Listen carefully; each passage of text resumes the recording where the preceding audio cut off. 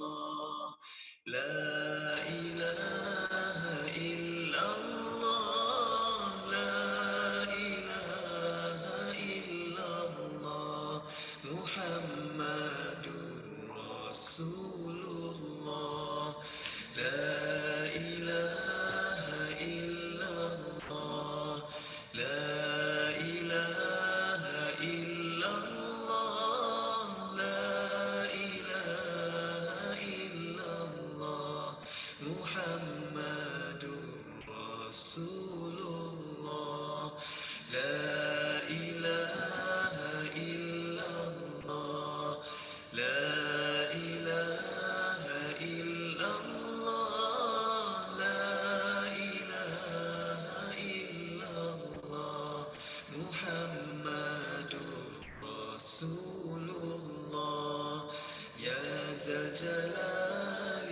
والإكرام يا ذا الجلال والإكرام يا ذا الجلال والإكرام أمتنا على دين الإسلام يا ذا الجلال والإكرام يا ذا الجلال والإكرام يا ذا الجلال والإكرام أمتنا على دين الإسلام لا إله إلا الله لا إله إلا الله لا إله إلا الله محمد رسول الله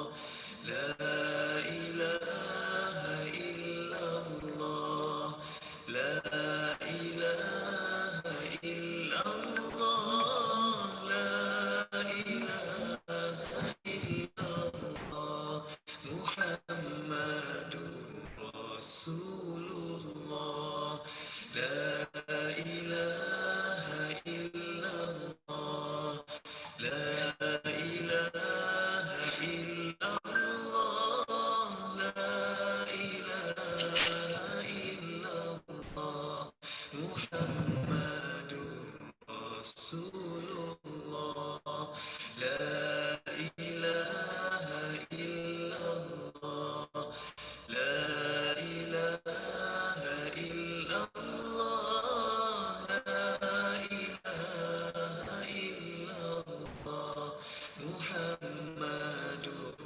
رسول الله يا ذا الجلال والإكرام يا ذا الجلال والإكرام يا ذا الجلال والإكرام أمتنا على دين الإسلام يا ذا الجلال والإكرام يا ذا الجلال والإكرام يا ذا الجلال والإكرام أمتنا على دين الإسلام لا إله إلا الله لا إله إلا الله لا إله إلا الله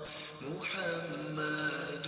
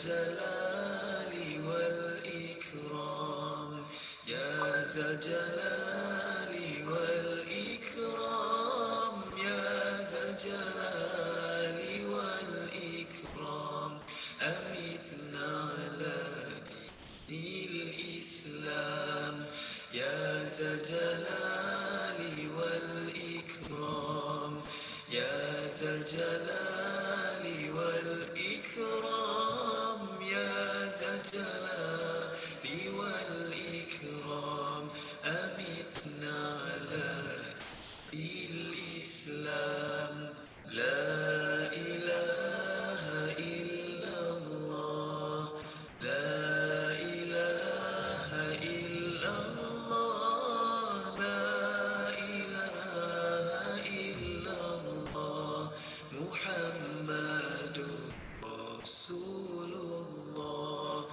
لا إله إلا الله لا إله إلا الله لا إله إلا الله محمد رسول الله لا إله إلا الله لا إله إلا الله لا إله إلا الله محمد رسول الله لا إله إلا الله لا إله إلا الله لا إله إلا الله محمد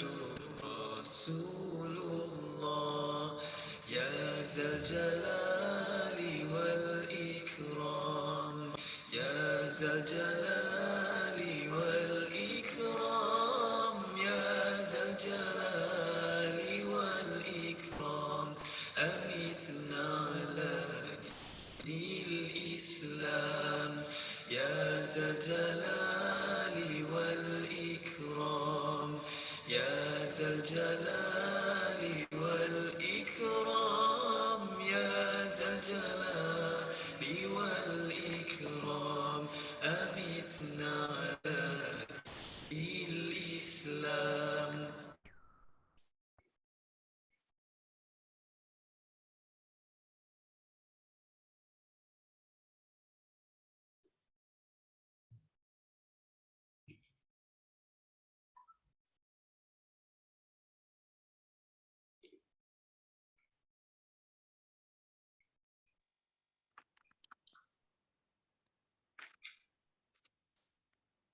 Assalamualaikum warahmatullahi wabarakatuh.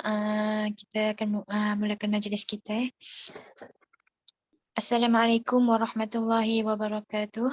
Alhamdulillahirabbil alamin wassalatu wassalamu ala asyrafil anbiya'i wal mursalin wa ala alihi wa sahbihi ajmain. Subhanaka la ilma lana illa ma 'allamtana innaka antal alimul hakim. Rabbi shrah li sadri wa yassir li amri wahlul 'uqdatam min lisani yafqahu qawli. Sebelum meneruskan lagi majlis, marilah kita sama-sama membuka majlis kita pada malam ini dengan Ummul Kitab Al-Fatihah. Bismillahirrahmanirrahim. Iyyaka na'budu wa iyyaka nasta'in. Ihdinas siratal mustaqim siratal ladzina an'amta 'alaihim ghairil maghdubi 'alaihim waladdallin. Alhamdulillah, segala puji kehadrat Ilahi, dengan rahmat dan kasihnya dapat kita berkumpul pada malam ini untuk tadarus surah Al-Mulk bersama Ustaz Nik Hamdi bin Ghani. Tanpa melengahkan lagi masa, saya menjemput dan mempersilakan Ustaz Nik Hamdi untuk meneruskan lagi majlis ini. Falyatafaddal mashkura.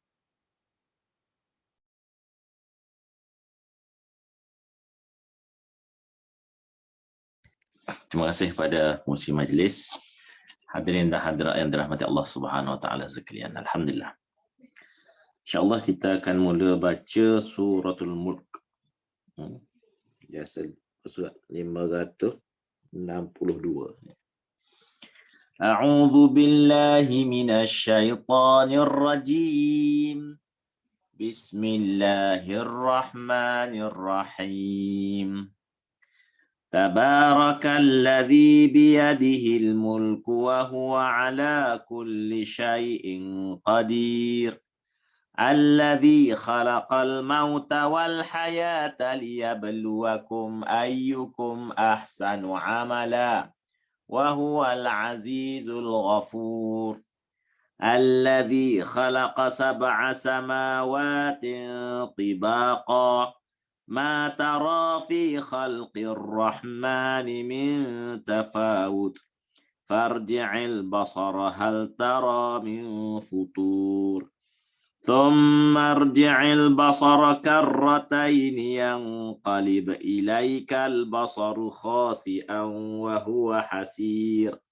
ولقد زينا السماء الدنيا بمصابيح وجعلناها رجوما للشياطين وأعتدنا لهم عذاب السعير وللذين كفروا بربهم عذاب جهنم وبئس المصير إذا ألقوا فيها سمعوا لها شهيقا وهي تفور تكاد تميز من الغيظ كلما ألقي فيها فوج سألهم خزنتها ألم يأتكم نذير قالوا بلى قد جاءنا نذير فكذبنا وقلنا ما نزل الله من شيء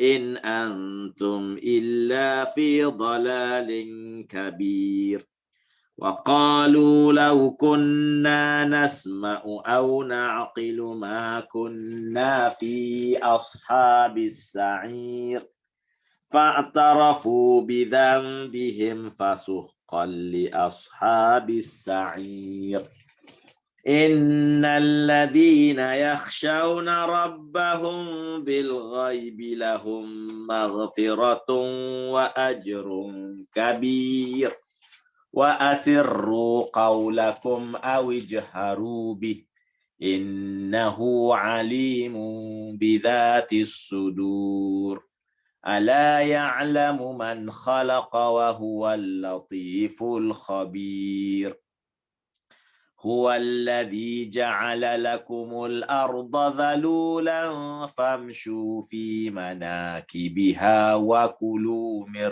رزقه وإليه النشور أأمنتم من في السماء أن يخسف بكم الأرض فإذا هي تمور أم أمنتم من في السماء أن يرسل عليكم حاصبا فستعلمون كيف نذير ولقد كذب الذين من قبلهم فكيف كان نكير أولم يروا إلى الطير فوقهم صافات ويقبضن ما يمسكهن إلا الرحمن إنه بكل شيء بصير أمن هذا الذي هو جند لكم ينصركم من دون الرحمن إن الكافرون إلا في غرور أمن هذا الذي يرزقكم إن أمسك رزقه بل لجوا في عتو ونفور أفمن يمشي مكبا على وجهه أهدى أمن يمشي سويا على صراط مستقيم قل هو الذي أنشأكم وجعل لكم السمع والأبصار والأفئدة قليلا ما تشكرون قل هو الذي ذرأكم في الأرض وإليه تحشرون ويقولون متى هذا الوعد إن كنتم صادقين قل إنما العلم عند الله وإنما أنا نذير مبين فلما رأوه زلفة سيئت وجوه الذين كفروا وقيل هذا الذي كنتم به تدعون قل أرأيتم إن أهلكني الله ومن معي أو رحمنا فمن يجير الكافرين من عذاب أليم قل هو الرحمن آمنا به وعليه توكلنا فستعلمون من هو في ضلال مبين قل أرأيتم إن أصبح ماؤكم غورا فمن يأتيكم بماء معين صدق الله العظيم. Alhamdulillah. Alhamdulillah, syukur kita banyak-banyak pada Allah Subhanahu wa taala. Kerana dengan hidayah dan inayahnya, dengan izin Allah Subhanahu wa taala, kita diberi peluang, diizinkan oleh Allah Subhanahu wa taala sebenarnya untuk sama-sama kita membaca daripada suratul Mulk. Ayat ada 30 ayat ni susunannya surah yang ke-67. Surah Al-Mulk ini banyak kelebihan yang Nabi sendiri sallallahu alaihi wasallam sebut bagi sesiapa yang membaca surah ini. Surah-surah dalam Al-Quran ini diturunkan oleh malaikat Jibril kepada Nabi kita Muhammad sallallahu alaihi wasallam, dan semua surah tu semuanya ada kelebihan. Bukan kata surah ni saja, bukan kata surah tu. Semua surah. Pertama kita kena ingat satu-satu benda atas dunia ni yang bukan makhluk Allah ialah Al-Quran. Al-Quran bukan makhluk. Al-Quran adalah sifatul kalam. Kalamullah. Maka bertuahnya kita, umat Nabi Muhammad ini, bersama kita adanya kalamullah yang diturunkan oleh malaikat Jibril kepada Nabi kita Muhammad sallallahu alaihi wasallam, sama susunannya sebagaimana Jibril ambil di Sidratul Muntaha. Walaupun dalam sejarah surah yang pertama turun ialah surah ayat daripada suratul Alaq, iaitu Iqra. Bismi rabbikal ladzi khalaq, khalaqal insana min 'alaq, Iqra wa rabbukal akram, alladzi 'allama bil qalam, 'allamal insana ma lam ya'lam. Tetapi bila kita buka Al-Quran, bukan surah tu, bukan ayat tu yang duduk mula-mula. Ayat yang pertama ialah surah Baqarah. Surah Al-Fatihah. Diikuti oleh surah Baqarah. Ini menunjukkan bahawa Jibril bila turun kepada Nabi kita, sampaikan wahyu, maka Jibril terus bagi tahu Nabi, ni ayat dalam surah ni. Ni ayat dalam surah ni. Surah ni duduk di pada bilangan yang sekian-sekian. Surah ni berada di bilangan demikian. Maknanya setiap susunan surah, susunan ayat secara tauqifi, secara langsung daripada Jibril alaihissalam, bukan pandang-pandang Nabi kita, bukan pandang-pandang ulama untuk susunnya. Maka itulah dia surah Al-Mulk yang berada pada kita hari ini yang kita baca. Dia adalah surah yang mana berada pada susunan surah yang ke-96 daripada 114 surah. Satu surah dalam Al-Quran sekiranya ia diamalkan, maka orang yang membacanya, apatah lagi dapat menghafaznya, akan terlepas daripada azab kubur.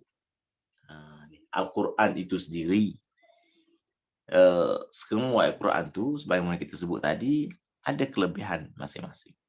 Maka antara kelebihan surah Al-Mulk ini ialah dia dapat membebaskan tuannya, membacanya. Siapa-siapa yang membacanya akan dapat kelebihan, dilepaskan daripada azab kubur. Ia adalah surah Al-Mulk yang mengandungi 30 ayat. Surah ini juga disebut sebagai At-Tabarak, yang bermakna Maha Suci. Tabarakallah, ya, tabarakalladzi biyadihil mulk, permulaan ayat. Maka surah ini juga dikenali sebagai surah Tabarak.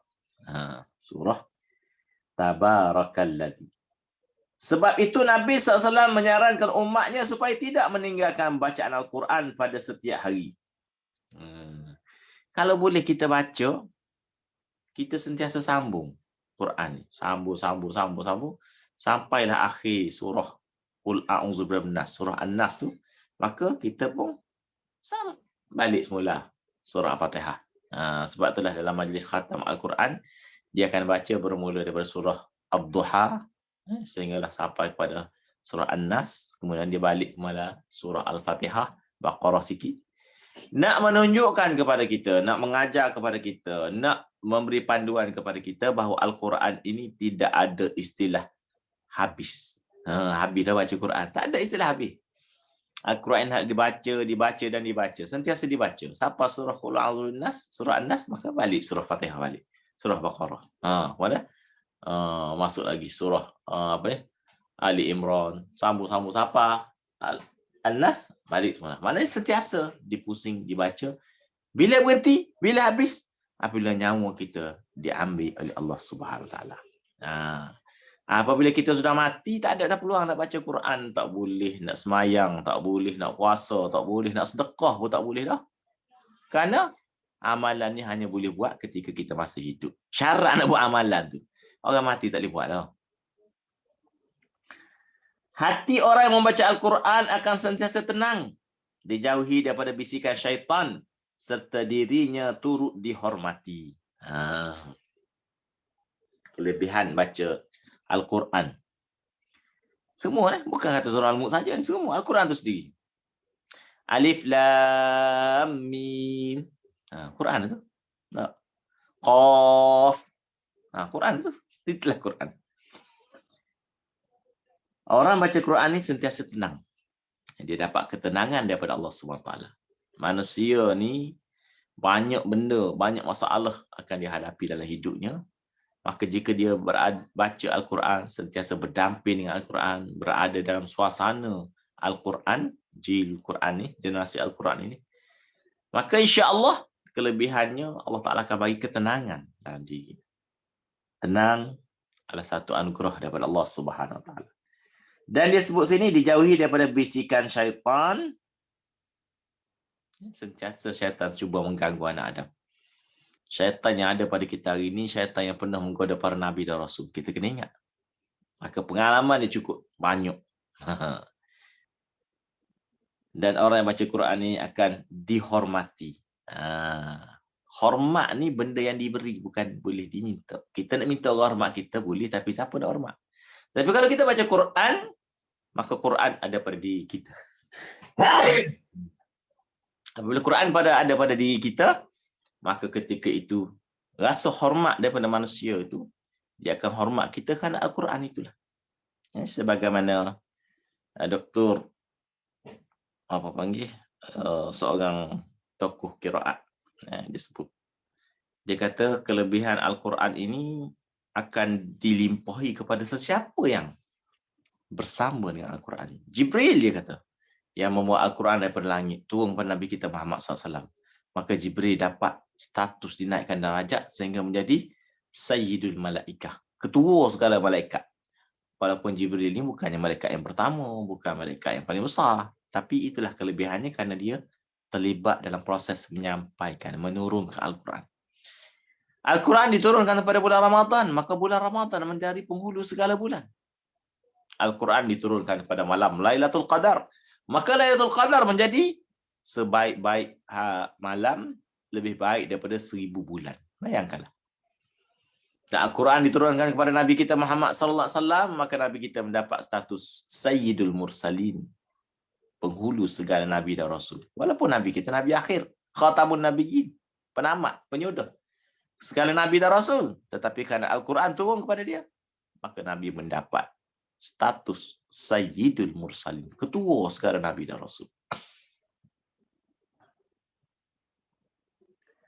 Daripada Abu Hurairah radhiyallahu anhu meriwayatkan bahawa Rasulullah sallallahu alaihi wasallam bersabda yang bermaksud Al-Quran mengandungi satu surah terdiri daripada 30 ayat yang akan mensyafaati pembacanya sehingga dia diampunkan, iaitulah surah Tabarakalladzi biyadihil mulk.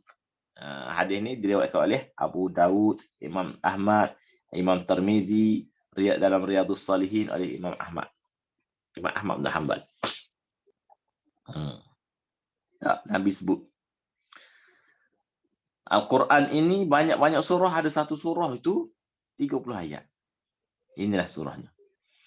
Ia dapat memberi syafaat kepada pembaca. Antara azab kubur itu didatangkan kepada manusia dua malaikat yang sangat bengis, iaitulah Munkar dan Nakir. Cerita. Dalam hadis Nabi sebut apabila 3 langkah kaki orang yang mai hantar jenazah tu, urus selesai jenazah tanah kubur, berpalingnya, maka Munkar dan Nakir akan datang untuk menyoal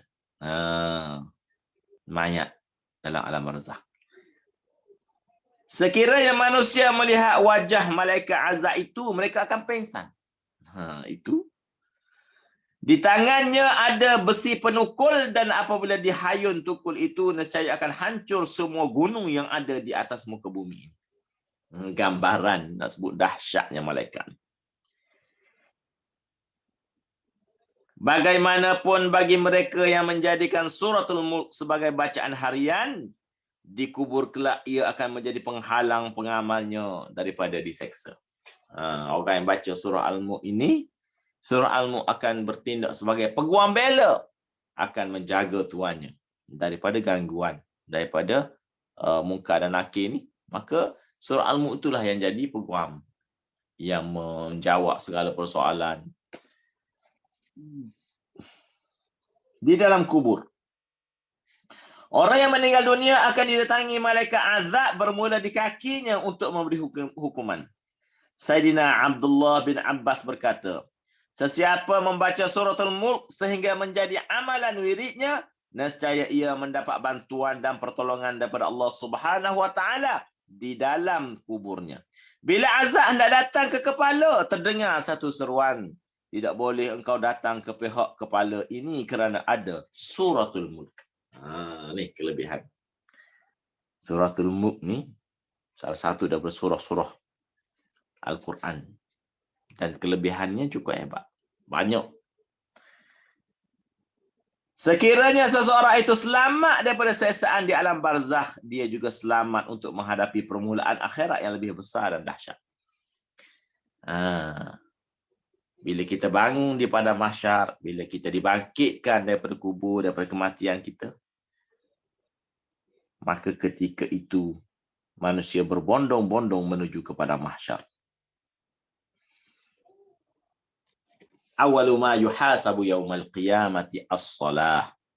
Itu Nabi sebut soalan pertama akan ditanya di hari akhirat. Selepas dibangkitkan dari kubur, selepas berkumpul di padang mahsyar. Apa soalannya? As-salah, bab sembahyang.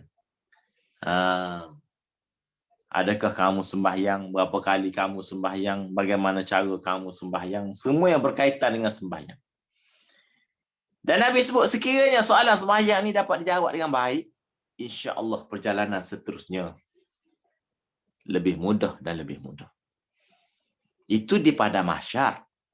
Selepas hari kiamat, selepas kita dibangkitkan. Adapun permulaan manusia mati itu di alam barzakh, dalam kubur. Sekiranya dalam kubur itu dia dapat jawab soalan, maka insya-Allah bangun di padang mahsyar, perjalanan di titian sirat, semua tu insya-Allah ada kesenangannya kerana permulaannya sudah baik. Jika seseorang itu sudah menerima siksaan di alam barzakh, alam barzakh ni alam kubur. Mana kubur ni atas dunia, bukan akhirat. Atas dunia lagi dia sudah terima azab, dia juga sudah pasti tidak akan selamat menghadapi kecelakaan yang lebih besar menunggunya selepas itu. Ni isunya. Apabila permulaannya teruk, maka teruk kesudahannya. Apabila permulaannya baik, baiklah kesudahannya. Itu kaedah di akhirat. Permulaannya ni alam barzakh, permulaannya selepas dibangkitkan al-ba'ts. Ini permulaan dua permulaan yang kita akan hadapi. Pertama, permulaan berpindahnya daripada alam dunia ke alam barzakh. Maka ketika itu malaikat akan mari tanya persoalan demi persoalan. Ma rabbuka, siapa Tuhan kamu? Soalan ni bocor dah, lama dah. Dah skima bocor. Tapi ramai tak boleh jawab. Kerana yang menjawabnya bukan lidah kita. Yang menjawabnya bukannya mulut kita. Tapi yang menjawab ialah amalan kita. Khususnya suratul Mulk inilah. Dialah akan bantu kita menghadapi segala persoalan daripada para malaikat. Nabi SAW mengajarkan kita beberapa cara untuk selamat dan selesa ketika berada di alam barzakh. Antaranya membaca suratul Mulk pada setiap malam. Setiap malam. Banyak masjid-masjid kalau kita perhati. Khususnya pengalaman saya di Masjid Muhammad di Kota Baru. Bila selepas maya Isyak, adalah seorang akan bangun ada surah Mulk. Surah Al-Mulk je. Satu helai kertas A4 yang siap dilaminate. Satu surah, iaitu surah Al-Mulk. Dia surah Al-Mulk ni, tak dua lah. Jadi, depan belakang. Satu helai kertas. Jadi, selepas mayang, semua makmum baca. Bersama tu iman. Dia buat amalan setiap hari selepas maya Isyak. Beruntunglah siapa-siapa yang semaya di masjid-masjid ni, macam Masjid Muhammad di Kota Baru. Banyak masjid-masjid buat. Dia buat amalan dia baca surah Al-Mulk lepas Isyak. Maknanya orang tu balik rumah, tak, dia tidur dalam keadaan dia selesai baca surah Al-Mulk. Beruntung tu. Di masjid-masjid kat rumah kita, di surau-surau, boleh kita pakai-pakai buat. Benda comel, benda yang baik untuk diamalkan. Kerana ia pesan Nabi SAW, bacalah surah Al-Mulk sebelum tidur. Setiap hari. Setiap hari. Sebelum tidur, pastikan kita ambil sedikit masa untuk membaca surah Al-Mulk. Dengan harapan apabila biasa melazimi bacaan surah Al-Mulk dan ditakdirkan kita meninggal dunia, maka ketika itu, Allah Subhanahu Wa Taala akan mengampuni segala dosa serta mengharumkan perkuburan kita menjadi sebahagian taman dari taman-taman syurga. Tuan-tuan kena ingat, ada ayat dalam Quran Allah Taala cerita, alladzina tatawaffahumul malaikatu tayyibin. Ada di kalangan manusia ni orang-orang yang apabila malaikat mari cabut nyawa dia, dalam keadaan dia tayyibin, ialah sedang buat pahala, sedang buat ibadat. Ni tayyibin, orang yang bersih. Maka beruntunglah. Alladzina tatawaffahumul malaikatu tayyibina yaquluna salamun alaikum udkhulul jannata bima kuntum ta'malun. Bagi sesiapa yang ketika dicabut nyawanya, tayyibin, dalam suasana tidak syirik kepada Allah, suasana sedang buat pahala, buat ibadah kita panggil. Malaikat menyeru, yaquluna salamun alaikum. Malaikat berdoa kepada dia, salamun alaikum, selamatlah, sejahteralah katakan. Udkhulul jannah, silakan masuk syurga.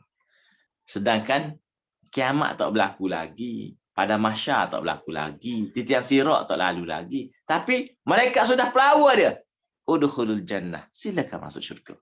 Tuan-tuan bayangkan betapa bertuahnya jiwa ini ketika atas dunia lagi sudah dipelawa masuk syurga.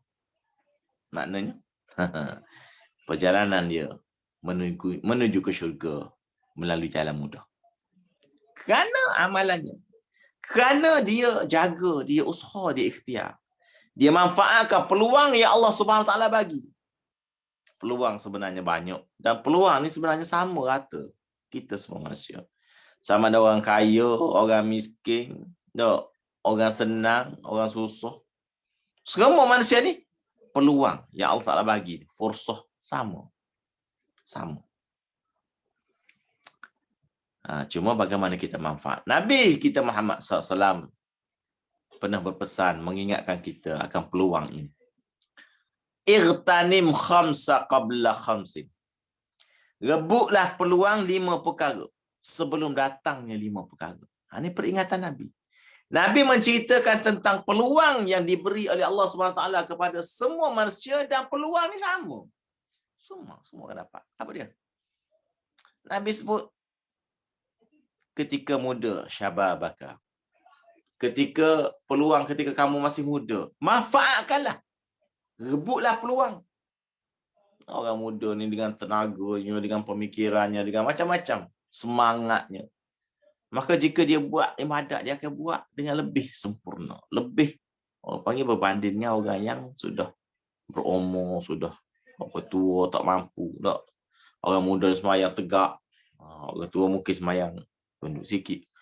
Orang muda ni maknanya dia buat dengan keadaan semangat.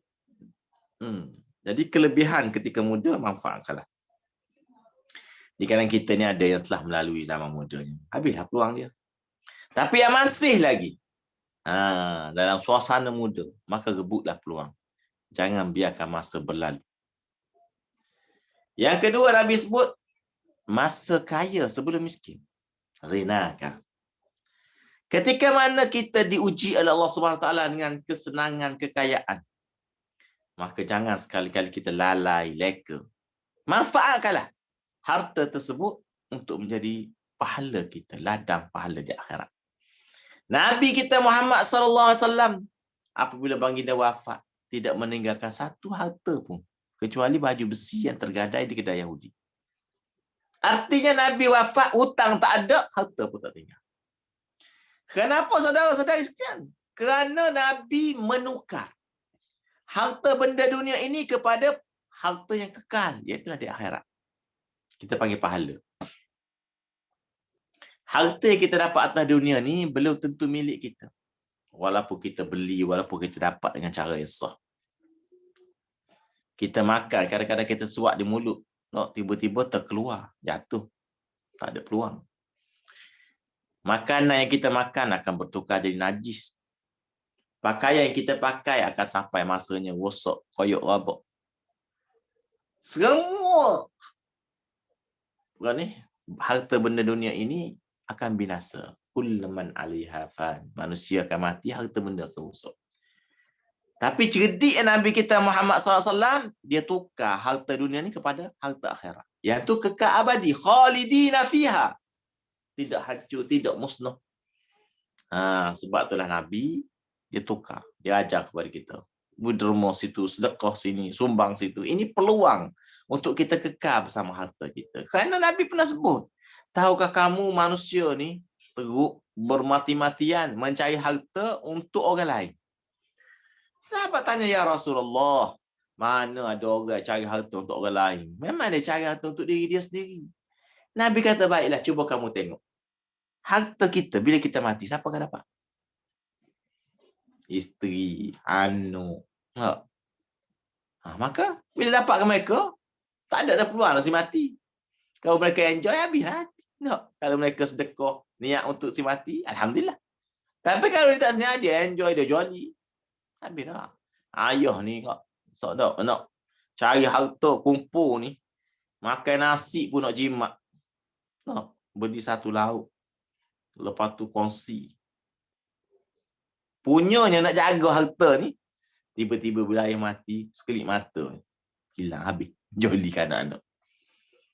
Jadi, ayah yang cerdik, dia akan tiru Nabi kita Muhammad SAW. Nabi derma situ, sponsor sini, sumbang situ, buih sedekah situ, zakat situ. Untuk anak-anak, bila Nabi mati, cari sendirilah harta. Nabi bagi ilmu ke anak-anak dia. Nabi tak tinggal harta. Nabi tinggal ilmu. Harta boleh cari. Ramai mana sejarah. Dan banyak mana cerita yang sampai kepada kita. Bila orang tua mati, anak-anak berkelahi. Bergaduh kerana berebut harta. Berebut harta. Sebab tu Nabi awal-awal lagi dia selesaikan masalah harta. Bila nak mati tak ada harta tinggal. Tak berebut anak-anak tak kepala. Nah, harta boleh cari. Tambah-tambah akhir zaman. Kalau kita baca hadis Nabi tanda-tanda kiamat kan. Tanda-tanda kiamat Nabi sebut hufatun urat yatatawaluna fil bunyan. Orang-orang fakir miskin yang dikenali dengan apa ya? Pengembala kambing lah. Orang miskin. Tetapi bila akhir zaman ni dunia melimpahkan hartanya, mengeluarkan harta khazanah dunia, manusia kaya. Akhir zaman manusia kaya. Nak cari orang miskin tak jumpa.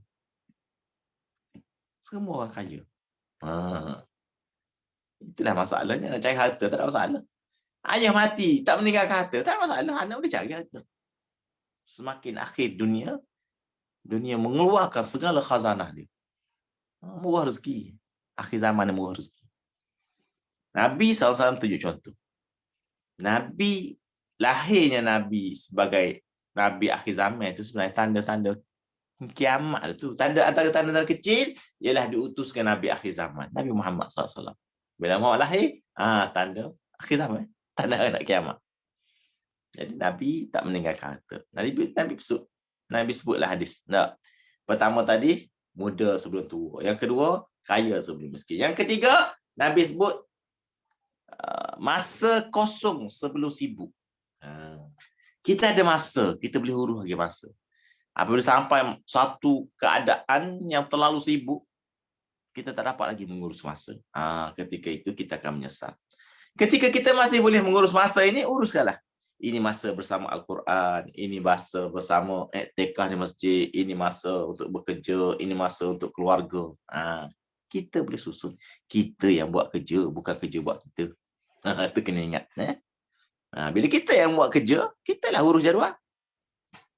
Sibuk ustaz nak semayang pun tak sempat.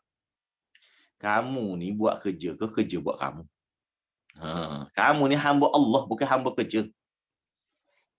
Kita susun lah, kita tuang. Masa tenang sebelum masa sibuk. 3. Yang keempat, Nabi pesan juga, manfaatlah masa sihat sebelum sakit. Masa sihat sebelum sakit. Ketika sihat, kita tak ingat, kita lupa. Tapi bila kita sakit, barulah kita terasa. Untungnya orang sihat. Ada pepatah Arab sebut, as-sihhatu tajun ala ru'usil as-sihha la yura illa al-marda.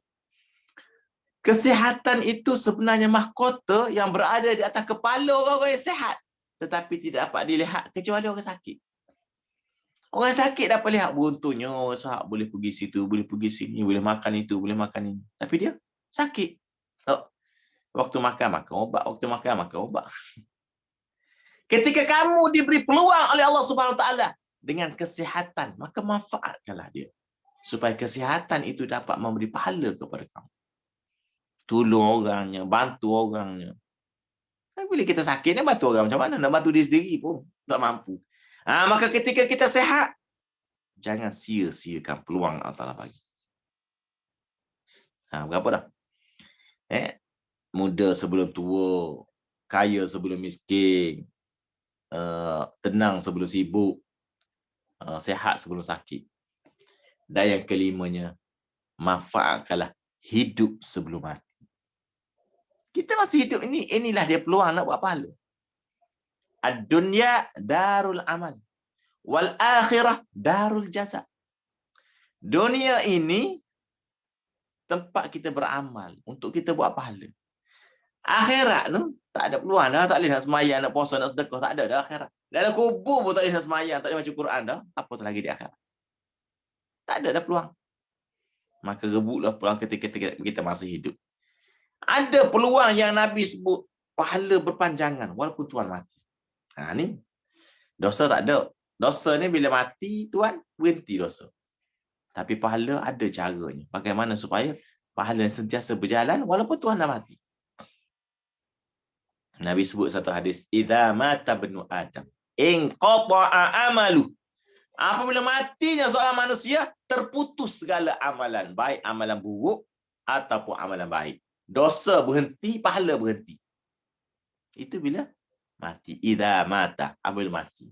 Inqata'a, terputus. Peluang buat pahala habis. Peluang orang yang buat dosa pun terhenti dosa. Dia bila tuan mati, dosa tak bertambah. Sifat Allah SWT rahmat rahim. Sifat rahman, kasih sayang Allah SWT ni, maka dia beri peluang untuk dapat pahala ni. Ada cara dia walaupun tuan dah mati. Nabi sebut dalam hadis tu, idza mata ibnu adam in qata'a amalu illa min thalas. Ada 3 cara, 3 peluang, 3 kaedah yang Nabi sebut boleh buat pahala walaupun dah mati. Hebat. Yang pertama, waladun soleh yad'u. Dia didik anak dia dengan agama, maka anak dia mendoakan keampunan kedua ibu bapanya.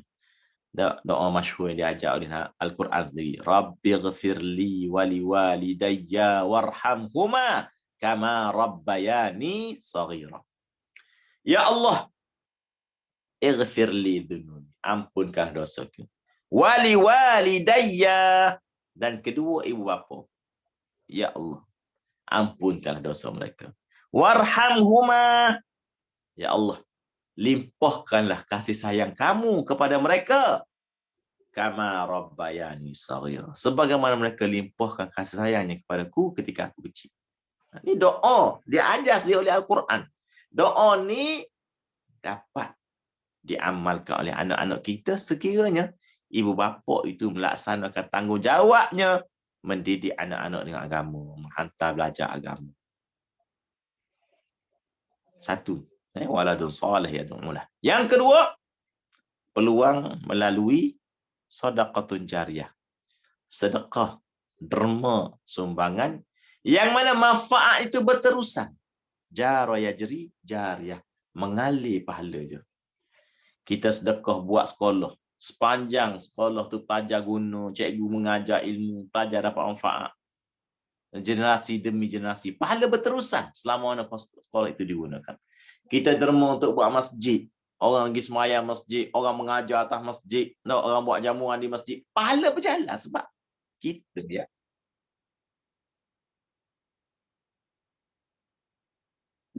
Peluang buat apa lagi? Peluang kita sedekah, yang mana sedekah kita itu manfaat berterusan. Banyak.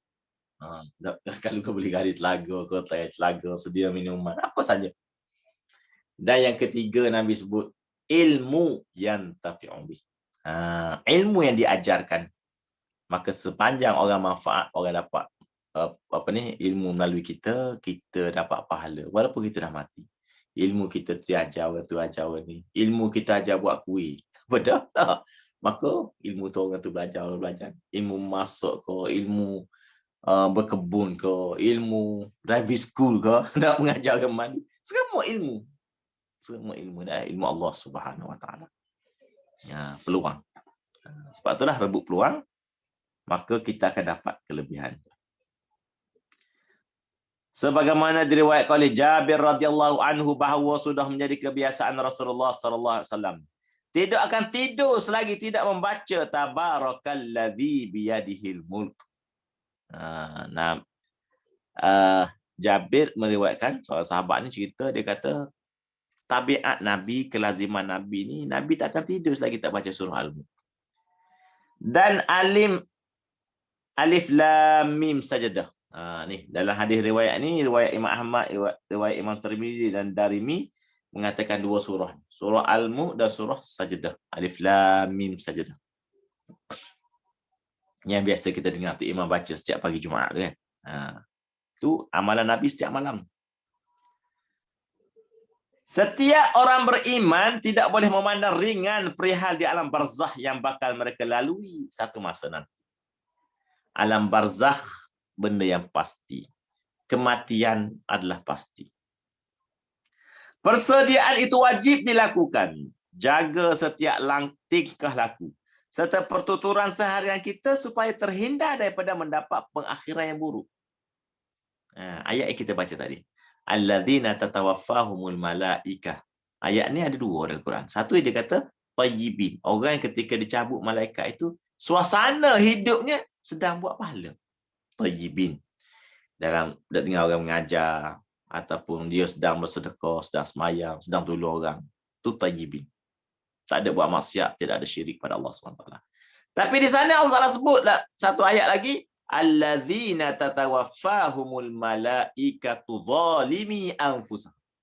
Ada manusia ni yang Allah Taala sebut ketika mana dicabut nyawa sedang melakukan maksiat, sedang melakukan dosa, menzalimi diri sendiri. Nauzubillah.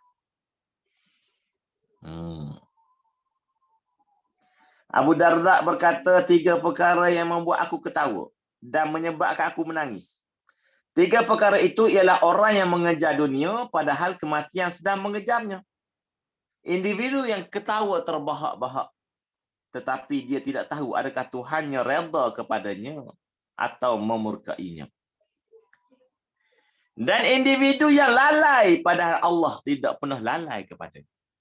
Ni Abu Darda, seorang sahabat Nabi, dia sebut 3 perkara ni kadang-kadang sekalinya aku ketawa, tapi sekalinya aku nangis. Ada orang bersungguh cari dunia, dia tak ingat dia kejar dunia, kematian mengejarnya. Tidak bersedia untuk mati.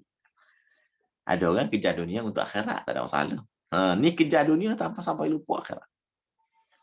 Orang yang ketawa, banyak ketawa dalam hidupnya, sedangkan dia belum terjamin lagi apa yang dia buat tu Tuhan redha atau Tuhan marah. Boleh dia ketawa. Dan yang ketiganya, manusia yang lalai daripada mengingati Allah.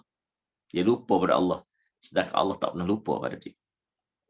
Rasulullah SAW juga mengajar untuk mengamalkan satu doa bagi memohon perlindungan dan azab kubur.